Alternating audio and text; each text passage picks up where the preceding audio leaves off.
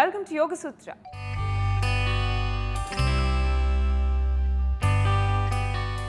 ఇవాళ యోగ సూత్రలో కృష్ణ గారు మనందరికీ ఏ ఆసనం పరిచయం చేయబోతున్నారో చూద్దామా?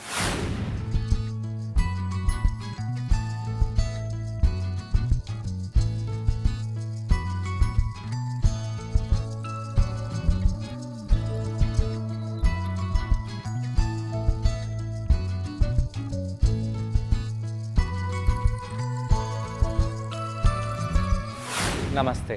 యోగా సూత్రాలో ఈరోజు చేసే ఆసనం పేరు గుల్ఫమూల గోముఖాసనము.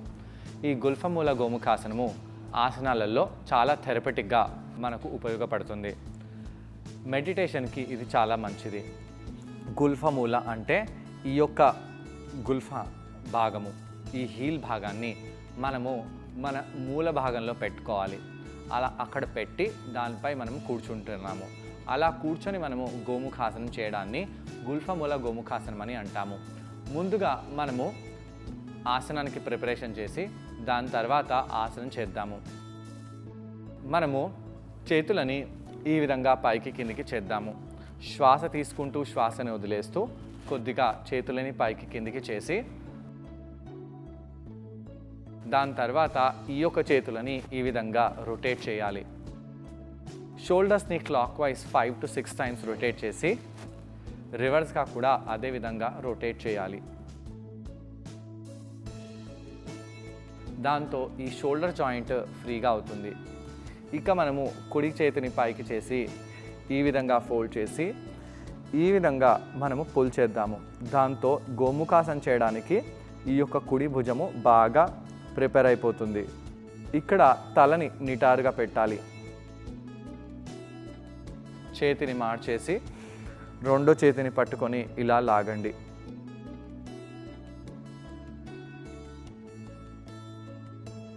ఎడమ భుజంలో ఎలా అనిపిస్తుందో గమనిస్తూ నెమ్మదిగా చేతులని ఇలా రిలాక్స్ చేయండి. ఇప్పుడు మనము కాళ్ళని కొద్దిగా వార్మప్ చేసి దాని తర్వాత ఆసనంలో వెళ్దాము. కాళ్ళని ఇలా స్ట్రెచ్ చేసి యాంకిల్స్ని బాగా రొటేట్ చేసుకోవాలి. ఈ విధంగా క్లాక్ వైజ్గా యాంకిల్స్ని రొటేట్ చేయండి.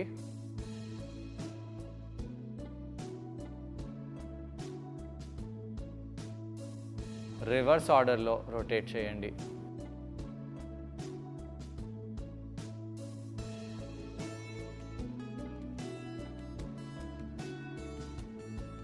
దాని తర్వాత ఈ కుడి కాలుని ఈ విధంగా ఫోల్డ్ చేసి ఎడమ పృష్ఠ భాగం కింద రావాలి, కానీ అది మన మూలంలో వెళ్ళాలి.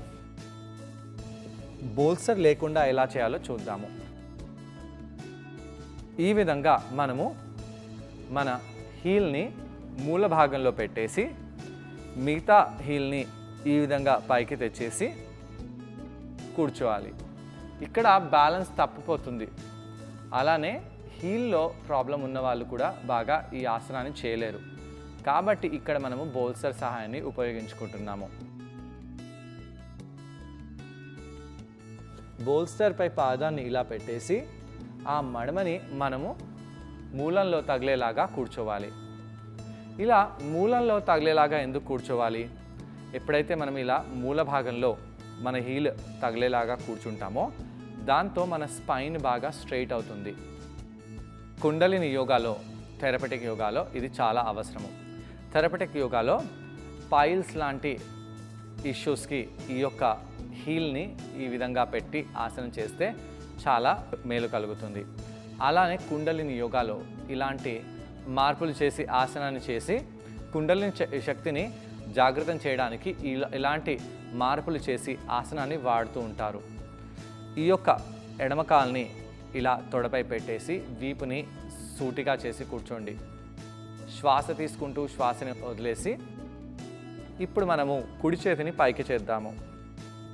ఆ కుడి చేతిని ఇలా తల వెనకాల తీసుకెళ్ళి ఇలా ఎడమ చేతిని వీపు వెనకాల తీసుకెళ్ళాలి. శ్వాస తీసుకుంటూ శ్వాసని వదిలేస్తూ ఇక్కడ అలానే ఉండండి.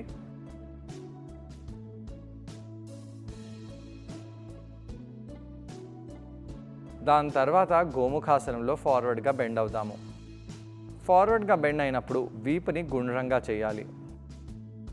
కుడి చేతిని పైకి తీసుకెళ్ళినప్పుడు కుడి తొడని మనము పైకి పెట్టేసి ఈ ఆసనాన్ని చేస్తున్నాము. దీన్ని మనము నార్మల్గా చేసే ఆసనం అని అంటాము. పరివృత్త లేదా విపరీత పాద అంటే కుడి చేతిని పైకి తీసుకెళ్ళినప్పుడు ఎడమ కాల్ని పైకి పెడతాము. అలాంటి ఆసన వేరియేషన్స్ కూడా ఉన్నాయి. అవి మనము వేరే ఎపిసోడ్స్లో చేద్దాము. ఇప్పుడు మనము వీపుని గుండ్రంగా చేసి ఫార్వర్డ్గా బెండ్ అయిపోదాము. నొసలి లేదా తల మన మోకాలికి ఇలా తగలడానికి చూడాలి. అలానే పృష్ఠభాగాలని కింద ప్రెస్ చేయాలి.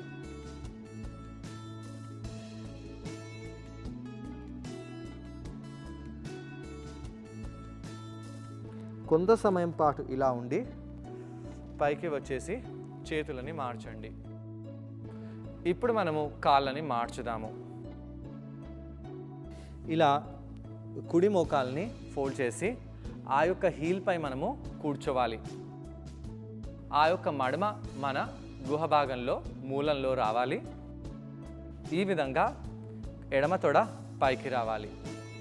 వీపుని నిటారుగా చేసి కొంత సమయం పాటు ఇక్కడ అలానే కూర్చోవాలి. ఈ బోల్స్టర్ ఉంది కాబట్టి, మెత్తగా ఉంది కాబట్టి యాంకిల్లో మనకు ఎటువంటి ప్రాబ్లం అనిపించటం లేదు.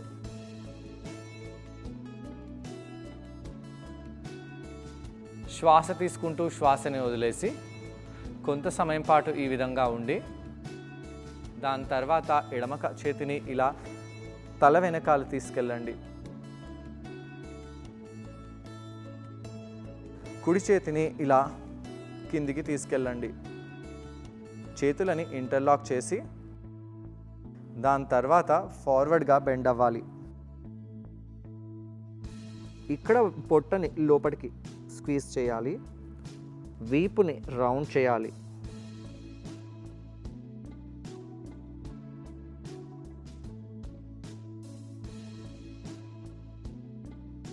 కొంత సమయం పాటు ఇక్కడ అలానే ఉండి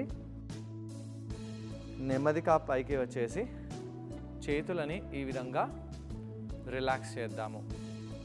శ్వాస తీసుకుంటూ శ్వాసని వదిలేసి కొంత సమయం పాటు ఇక్కడ అలానే ఉండాలి. దీని తర్వాత మనము ఇక్కడ ట్విస్ట్ చేయవచ్చు. కౌంటర్ ఆసనానికి ఈ విధంగా కుడి చేతిని ఎడమ మోచేయి బయటికి తీసుకుని వచ్చేసి ట్విస్ట్ అవ్వాలి.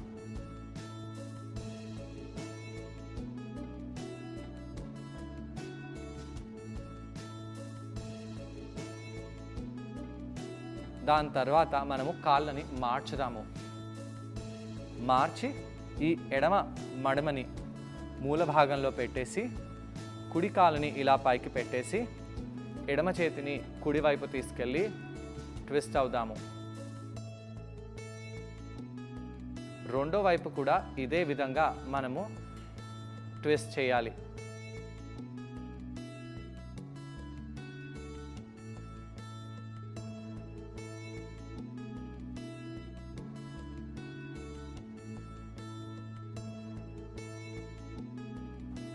దాని తర్వాత నెమ్మదిగా ముందుకు వచ్చేసి మనము కావాలంటే ఫార్వర్డ్ బెండ్లో కూడా వెళ్ళవచ్చు.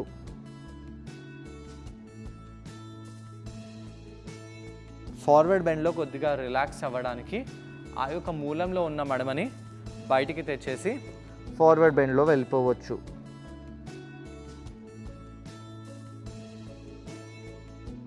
కాళ్ళని మార్చి రెండో వైపు కూడా అదే విధంగా ఫార్వర్డ్ బెండ్లో వెళ్ళాలి.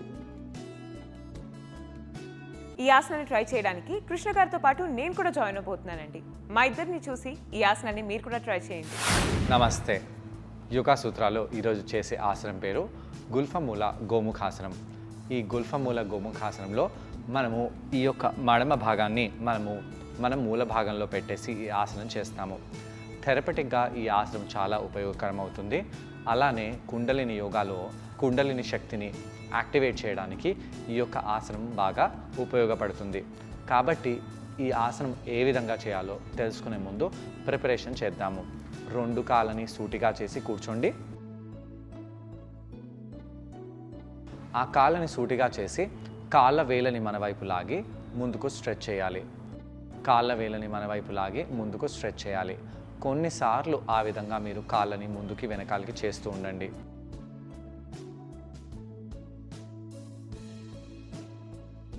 శ్వాస తీసుకుంటూ శ్వాసని వదిలేసి ఆ విధంగా చేసి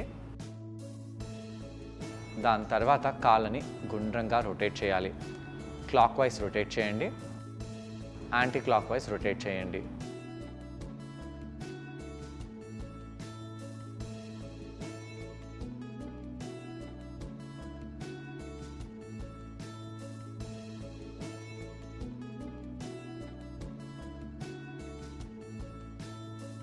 దీని తర్వాత మనము నార్మల్గా కూర్చుందాము. చేతులని ఈ విధంగా పైకి చేసి రొటేట్ చేయాలి. ఈ షోల్డర్ జాయింట్స్లో ఉన్న కండరాలని ఫ్రీగా చేసుకుందాము.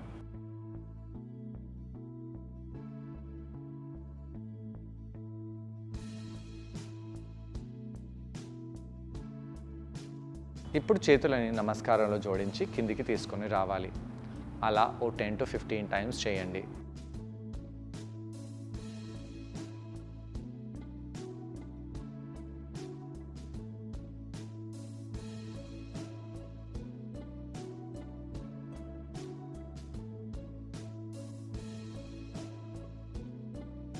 దాని తర్వాత ఒకసారి లాటరల్గా బెండ్ అవుతాము.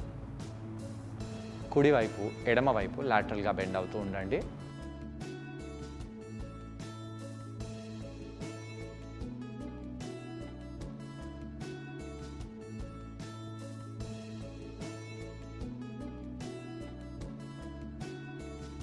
ఈ ఆసనం చేసిన తర్వాత నెమ్మదిగా మనము గోముఖాసనానికి ప్రిపరేషన్ చేద్దాము. కుడి చేతిని ఇలా ఫోల్డ్ చేసేసి ఆ కుడి మోచేతిని ఎడమ చేతితో పట్టుకోవాలి. అలా పట్టుకొని ఆ తలని ఆ మోచేతిని తల వెనకాల లాగాలి.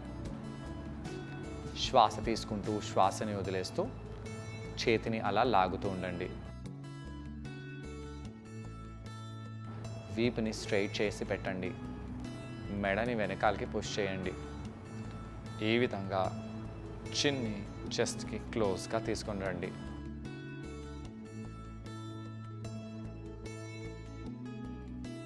శ్వాస తీసుకుంటూ శ్వాసని వదిలేస్తూ కొంత సమయం పాటు ఇక్కడ అలానే ఉండి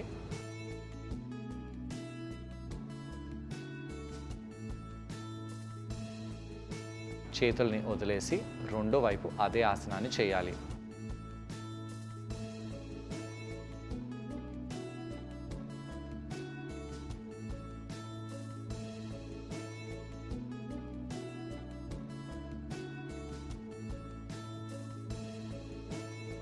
ఇక్కడ మెడని ఈ విధంగా కిందికి వేయకుండా మెడని సూటిగా పెట్టండి.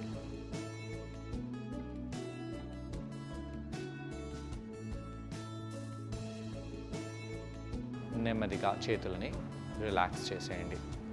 ఇప్పుడు మనము బోల్సర్పై కూర్చోవాలి. ఈ యొక్క కుడి హీల్ని మన గుహ భాగం దగ్గర మూలంలో పెట్టాలి. అలా పెట్టేసి ఈ యొక్క ఎడమ కాలుని పైకి చేద్దాము.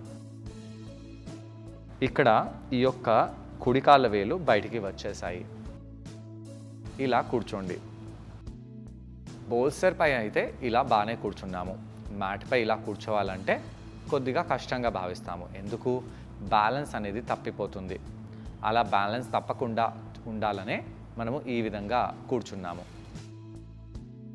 శ్వాస తీసుకుంటూ శ్వాసని వదిలేస్తూ ఇక్కడ వీపుని నిటారుగా చేసి ఆ తొడలని బాగా స్క్వీజ్ చేయండి.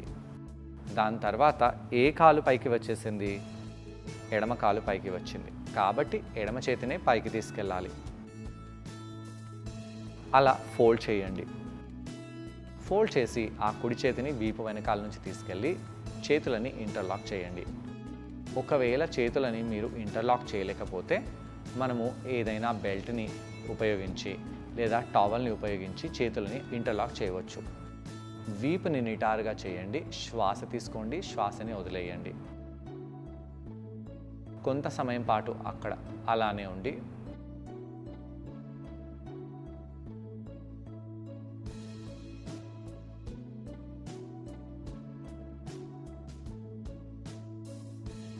దాని తర్వాత నెమ్మదిగా తలని మోకాల వైపు తీసుకొని రావాలి. శ్వాస తీసుకుంటూ శ్వాసని వదిలేసి ఇక్కడ ఈ యొక్క ఆసనం మనకు ఎలా అనిపిస్తుంది.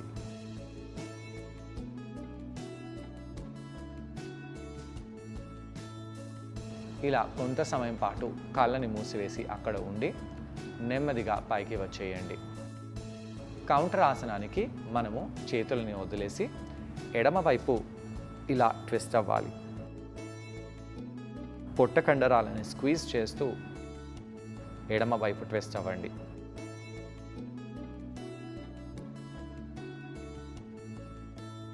కాళ్ళని మార్చాలి. ఇక మనము ఈ యొక్క ఎడమ కాలు మూల భాగాన్ని పృష్ఠ భాగాల కింద పెట్టేసి గుహ భాగం దగ్గర పెట్టి ఇలా కుడి కాల్ని పైకి తీసుకొని వచ్చి కూర్చోవాలి. ఇలా ఎడమ కాళ్ళ వేలు బయటికి వచ్చేస్తాయి. ఎప్పుడైతే మనము గుహ భాగంపై దగ్గర ఈ హీల్ని పెట్టి కూర్చుంటామో దాంతో ఆ యొక్క హీల్ ప్రెషర్ మన పెరినియం గుహ భాగం దగ్గర పడుతుంది. అలా పడడం వలన కుండలిని శక్తి యాక్టివేట్ అవుతుంది అని యోగులు బిలీవ్ చేస్తారు. ఇప్పుడు కుడి కాలు పైకి ఉంది కాబట్టి కుడి చేతిని పైకి లాగండి. అలా పైకి తీసుకెళ్ళి ఎడమ చేతిని వీపు వెనకాల నుంచి తీసుకెళ్ళి చేతులని ఇంటర్లాక్ చేయాలి. అలా చేతులని ఇంటర్లాక్ చేసి వీపుని నిటారుగా చేయండి. శ్వాసని తీసుకోండి. దాని తర్వాత నెమ్మదిగా ఫార్వర్డ్గా బెండ్ అవ్వాలి. అలా ఫార్వర్డ్గా బెండ్ అయినప్పుడు పొట్టని ముందుకు చేయడము అలా చేయకూడదు. పొట్టని బాగా లోపలికి స్క్వీజ్ చేయాలి. అలా స్క్వీజ్ చేస్తూ వీపుని ఈ విధంగా రౌండ్ చేస్తూ ఆసనంలో వెళ్ళాలి. ఎప్పుడైతే మనము ఈ విధంగా పొట్టని లోపలికి పీడ్చుతూ వీపుని రౌండ్ చేసి ఆసనంలో వెళ్తామో దాంతో మన వీపులో బాగా గుండ్రాకారం అనేది అవుతుంది. అలా అవ్వడం వలన ఆ వెన్నుముకలో ఉండే ప్రతి ఒక్క కండరము బాగా ఓపెన్ అవుతుంది. కుండలిని శక్తి వెన్నుముక లైన్లో పైకి జాగృతం అవుతుంది. కాబట్టి ఆ యొక్క స్ట్రెచ్ కూడా ఆ కుండలిని శక్తిని యాక్టివేట్ చేయడానికి చాలా ఉపయోగపడుతుంది. చూసారు కదండి, ఈ ఆసనం పేరు గుల్ఫమూల గోముఖాసన. ఈ ఆసనాన్ని మనం బోస్టర్ సహాయంతో చేసాం. ఈ ఆసనం చేయడం వలన భుజాల కండరాలకు చాలా మంచిది. వీపు కండరాలపై కూడా మంచి స్ట్రెచ్ పడుతుంది. కాళ్ల కండరాలపై కూడా మంచి ప్రభావం చూస్తుంది. అలాగే మనలో ఉన్న కుండలిని శక్తి యాక్టివేట్ అవుతుంది. స్పెషల్గా పైల్స్ ప్రాబ్లంతో బాధపడుతున్న వారు ఈ ఆసనం చేస్తే చాలా బెనిఫిషియల్గా ఉంటుంది. కొంత సమయం పాటు ఇక్కడ అలానే ఉండండి. శ్వాస తీసుకుంటూ శ్వాసని వదిలేస్తూ మనము ఆసనంలో కొంత సమయం పాటు అలానే ఉండాలి. దాని తర్వాత నెమ్మదిగా పైకి వచ్చేసి కుడి కాలు పైకి ఉంది కాబట్టి ఎడమ చేతిని ఈ విధంగా ట్విస్ట్ చేయండి. పొట్ట కండరాలను బిగిస్తూ ట్విస్ట్ అవ్వాలి.